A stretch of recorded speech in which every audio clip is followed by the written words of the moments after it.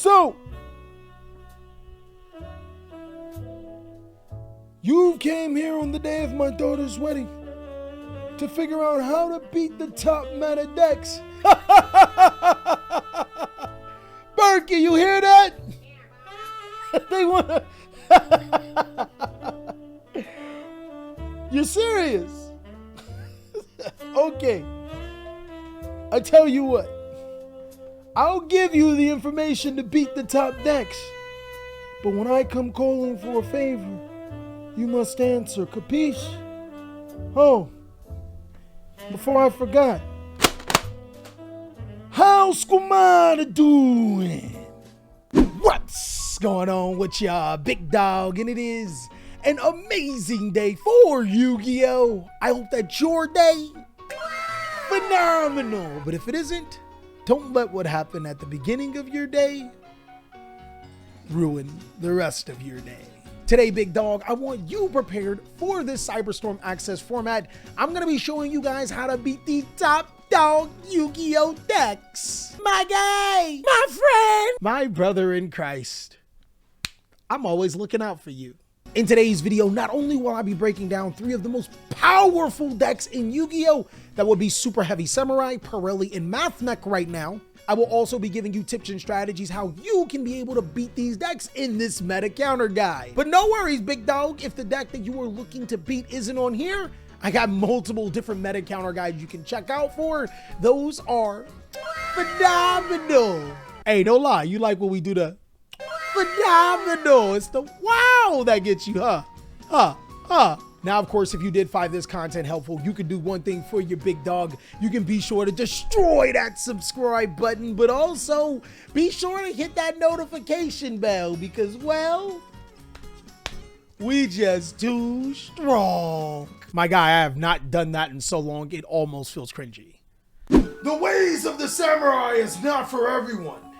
It's actually a treacherous journey where only the true can survive. I have to say, through all of my trials and tribulations, that I ain't doing none of that anymore. I'm telling y'all straight up, look, if it ain't got food in it, I'm not participating. I know what it is. I'm Superheavy Samurai. You gonna read that? Superheavy Samurai is a monster-only strategy that is built on making some insane combos. My guy, you like better on the floor, it makes better on the floor. Therion King Regulus is the chunky boy that normally gets summoned too. Then, of course, it's your most favorite monster negation, Apollou's aboard the goddess. And let's not forget hand traps, they monsters too. What makes Superheavy Samurai so strong is that it can do these full combos with just one card, an additional card to discard. It makes very scary boards, meaning that the rest of its hand can be used to disrupt you, but fortunately, there are some flaws. I think the first way to break this down to talk about how you should use your popular hand traps against Superheavy Samurai, let's start off with Ghost Ogre and Snow Rabbit, a card that's really powerful because of this particular deck, but everybody's been ogering the wrong cards. My guy, you ogering the Wukashi? That's how you doing it? Hey, if you never get punished, you the man. The reason why you should never use Ghost Ogre and Snow Rabbit on your opponent's Wukashi unless you're extremely desperate or have an interruption for their interruption is because just about every Superheavy Samurai player will play Side Frame Gear Gamma, and Wukashi is normally activated if they have no monsters on the field. I don't know about you guys, but I am not a gambling man. Do not ogre the Wukashi because there's actually a better target. Some players have actually been using Ghost Ogre on Binky, which is not that bad. Not only does it prevent them from surging, it also gets Binky out of the scale, preventing them to potentially pendulum summon, but that's not the most optimal. My guy, I bet you're looking at me crazy like, hold on, Callie, let him cook. With Ghost Ogre and Snow Rabbit, we're actually going to be using it on Superheavy Samurai Scarecrow. Not only does it prevent them from summoning Soul Piercer back to where Scarecrow will point to because it's no longer on the field, it's also the normal prime target for Superheavy Samurai Peacemaker. My guys, we getting 2 for 1s, 2 for 1s. cards. For Droll and Lockbird, I want you to apply the exact same logic. Be very wary of drolling your opponent with no monsters on the field. For Ash Blossom and Joyous Spring, I'm gonna be so real with you guys. There's almost never a good time for this card to trade unless you're using Ash Blossom on their Peacemaker, tributing off the Scareclaw while they have a monster on the field to dodge the Gamma. My guy, essentially, if you are dodging Gamma, you are dodging a very powerful hand trap that just about all of them play. You're like plussing right here. For cards like Infinite Impermanence, Ghost Mourner, and Effect Veiler, it really depends on what the rest of your hand is, but using these on the Scareclaw to prevent them from special summoning the Soul Piercer back from the graveyard is actually pretty big. But sometimes I've actually seen players use it on a Cell Stardust Synchron that does remove an interruption, and most of the time they don't play a Stardust card to chain Excel too. Some complete counter Yu-Gi-Oh cards that are just outright amazing against them. One of them would be Dimension Shifter for obvious reasons. My guy, it's a monster-based deck. They ain't doing nothing. But watch out for the Gamma. Watch out. Ironically, Anti-Spell Fragrance and Cosmic Cyclone are actually really good against this particular deck. There will be times where Super Heavy Samurai will need to activate their monster effects as equipped spell cards to be able to continue on with their combo. Anti-Spell Fragrance completely prevents them from doing that and placing Pendulum Scales. Cosmic Cyclone can get rid of cards like Super Heavy Samurai Soul Piercer, and that a lot of times can disrupt their entire combo. Now, I actually like these particular cards over some of the other popular cards that players have been playing, like Performer Pile 5 Rainbow Magician, because what a lot of Super Heavy Samurai players are doing right now are citing Archfiend Eccentric and Mythical Beast Garuda to be able to get rid of those particular cards. Keep in mind, against this deck, there's no fail-safe solution unless you're combining it with other powerful cards like Deck Lockdown to prevent them from being able to search into the card as well as summon from the deck. My guy, you already know you're going to be hearing Deck Lockdown a lot. It's almost like somebody told you to buy it before it skyrockets in price, but I'm not saying nothing here.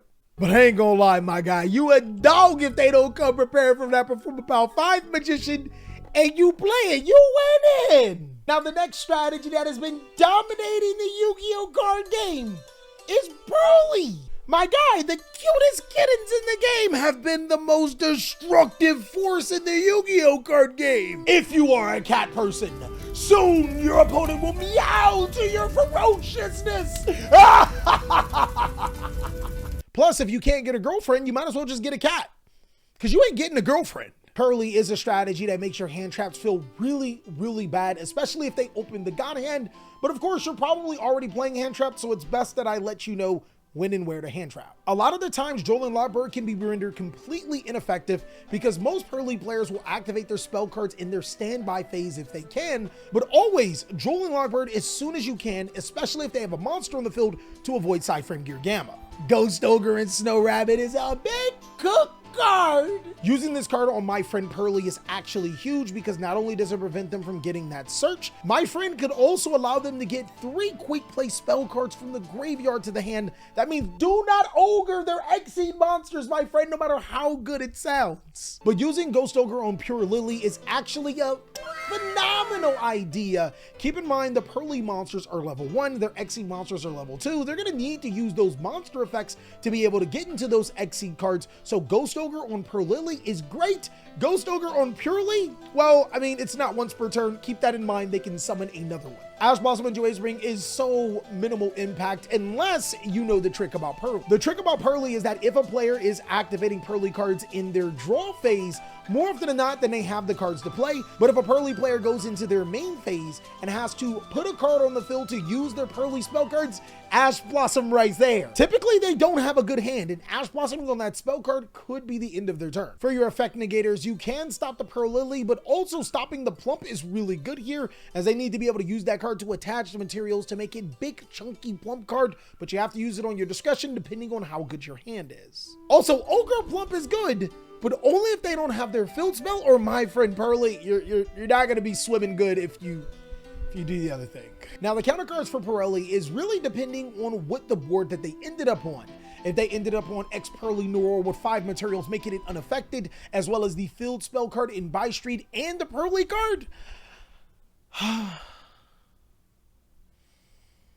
it's gonna be a long day, my friends. A card like Herald of the Abyss is actually really good against the deck, but keep in mind they can always activate one of their Purrely spell cards in response to summon Purrely Lily, and Lily has the exact same type and attribute as Noor. A quick Kaiju, Santa Claus, or Divine Guardian Kitakera could be extremely good, but you gotta remember if they have the filled spell or the continuous spell, they are going to be popping. So make sure you end the game really quick or set up a board that they can't break. A card that I genuinely like against the Purrely strategy is Exceed Encore. Now, Encore actually does not affect the monster, so you can use it on Purrely Noir even if it has 5 material. And what I mean is the first effect of detaching materials. Encore even has the added bonus of your opponent can't respond to it, so I would seriously consider it over some of the other cards that I mentioned because it is an out to Noir as well as some other great Exceed cards like Divine Arsenal AA Zeus. This deck makes a huge chunky Zeus too, so seriously consider it. And lastly, for them hardcore counter Yu-Gi-Oh cards, there's actually a couple of hand traps that are extremely good against them. Just, they might be okay against other things. Retaliating Sea can only be activated when your opponent uses a spell card to special summon, like, I don't know, any of their Purrely spell cards. It then banishes those spell cards, preventing Purrely to be able to attach from graveyard, and banishes anything after that. But even more importantly, when it's removed from the field, if your opponent has enough resources, it searches you another Sea card, which is also really good. Contact Sea forces a Purrely player to be able to use this card as Exceed material. Oh man! Flying Sea just straight up says the opponent can't Exceed summon. What kind of deck is Purrely again?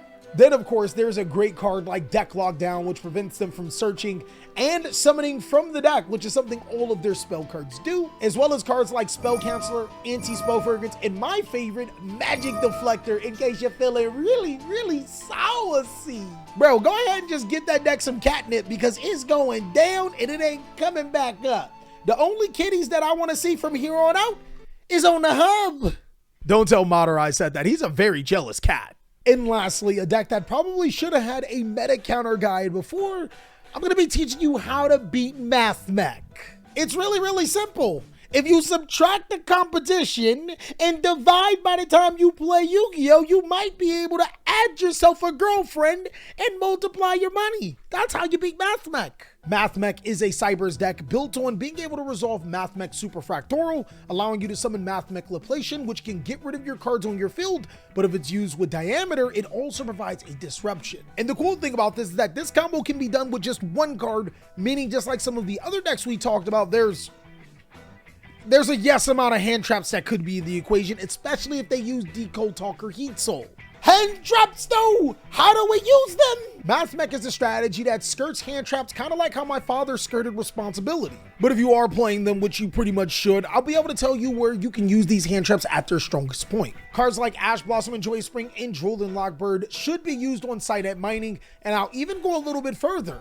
Even if your opponent doesn't have monsters on the field, you still should strongly consider using it. The reason why is because unlike some of the other strategies that we talked about, trading an Ash Blossom or Drolden Lockbird to those situations just nets you an auto lose. Trading in this situation could mean you probably win the game. Seriously, my guy, the Mathmech deck doesn't search enough, so if you get to draw them on Cynet, no circular search, no Alan Bershon search, oh my god, no small world search. Interruptions like Ash Blossom and Joyous Spring must, and I mean it's mandatory, that you use them on Small World. The reason why is because Small World literally searches them any card that they want. If you're going first in this particular matchup and they start off with Small World, you have to negate it because they'll just search the out. Hey, even if they do have the Gamma, you just negate the Gamma with your Baron de Floor because you got it, right?